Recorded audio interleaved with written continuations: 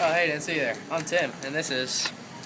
Did you know the current population for elephants has gone down 25% in the eastern coastal forests of Africa? Did you know since World War I, people have been entering the coastal forests of Africa to obtain valuable resources like wood and even special furs from different species? Humanization and deforestation of these forests are killing our global ecosystem. The main threats of forests in Africa are poaching and logging.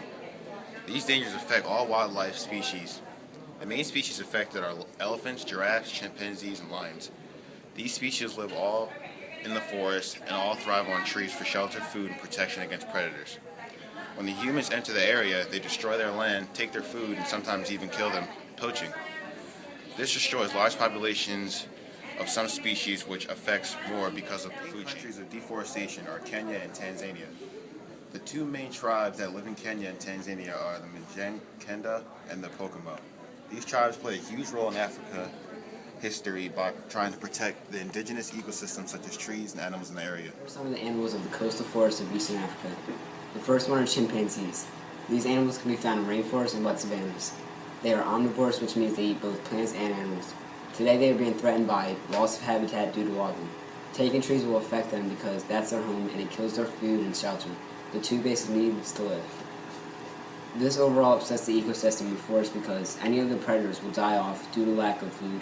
Also, any of their prey, such as insects, will rise in population, which may also upset the ecosystem. The next animal are giraffes. Giraffes live on the open grasslands of Africa. They are herbivores, which means their diet is based strictly on vegetation. These animals rely greatly on trees to get their food and water. Since the 1940s, humans have increased fivefold in population in the areas that giraffes live in. Estimates are made that almost 15% of the giraffe population are removed and killed. By this linear graph, you can see how the population of giraffes is decreasing due to humanization. The formula for this graph is y equals 6,000 plus 140,000. Though in reality the rate would not be a steady 6,000. It is impossible to find a rate for populations because of so many variables. But over time, 10 years, the total population has dropped 6,000 giraffes. The next animal is lions. Lions live on the grassy plains and open woodlands of Africa. They are strictly carnivorous animals, which means they only eat meat. These animals are targeted by poachers for fur and causes the lions' population to occasionally drop. Lions are also known to eat elephants and even giraffes. Animals are elephants. Elephants live on dense forests and open plains throughout Africa. These animals are herbivores. Elephants are consistently being threatened by humans due to loss of habitat and poaching. This graph through linear illustrates how the populations of elephants have gone down and have overall decreased 30,000 in population over 2 years. The original population count was taken in 2007 and was retaken in 2009, losing 15,000 a year due to natural causes and artificial causes like logging. Can anybody help the forests of Africa? Yeah. Two groups that can help this ecosystem are the Roboku Sokoki Forest Management and Conservation Project, as well as the Critical Ecosystem Partnership Fund. These groups support biodiversity and ecosystems by preventing further deforestation. The Critical Ecosystem Partnership Fund builds sustainability and hotspots by preventing logging businesses from moving in. Many funds donate to the partnership, including the government of Japan, the MacArthur Foundation, and even the International World Bank. In 2004, $7 million were donated to help these forests. When groups like this donate that kind of money, it borders off forests approved by the government. This increases the population of many ecosystems. Data has been analyzed for years, and the same solution comes up that preventing poachers and logging companies will truly help the ecosystem. How can we help the ecosystem and save the animals from poaching and logging? Our plan is to make severe laws against logging and poaching. The government will block off areas from any poachers and logging businesses. We call this law the Limited Logging Law and Animal Protection Act. This law includes that all land that is used for logging and/or has vulnerable animals in it will be protected by government agencies that will be funded by taxes, organizations like the Critical Ecosystem Partnership Fund.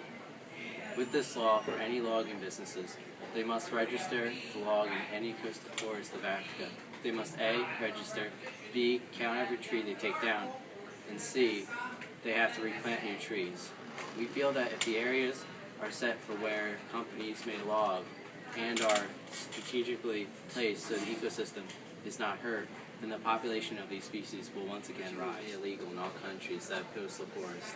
Poachers will be arrested on site if they're caught having any animals in their possession that are on the vulnerable/endangered species list. Depending on how close they are to being extinct, a fine or jail time will be determined by the government. Our plan is to have the government deploy jeeps and officers in the forest that are equipped for anything. We think that by doing this, poachers will feel more threatened to be arrested for poaching, so they will stop. All in all, these laws are made to preserve the ecosystem in the forests of Eastern Africa. Our goal is to bring up these populations to 10,000 animals for each species within 8 years. If we do this, it will restable the hotspots in the coastal forests of Eastern Africa. Our goals with this conservation will not affect the tribes of these regions. Main tribes like the Pocomo and the Mikienda believe that cutting down forests are bad and rarely eat any animals that are listed on the endangered list. Most tribes, if not all in the region, are against big logging businesses that come into their land and take their resources. Thus, our plan will not affect the tribes and people of this region. So what are the steps of the Eastern Coastal Forests of Africa Conservation Plan? First, we will establish the Limited Logging Law and Animal Protection Act. This will include funding from taxes, the Critical Ecosystem Partnership Fund. Secondly, we will take action by deploying officers and workers that will fence off hotspots and watch for poachers. Finally, we will analyze the data of populations. By doing this, we will see if this helps.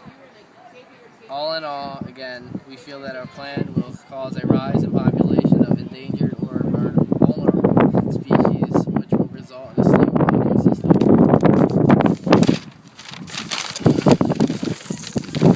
Thanks. Well, see, my name's Tim, and this is Jacob. That's Zach Simmons. That's Reginald Hobbs, and that's Dave Extras. Thanks. It's still going.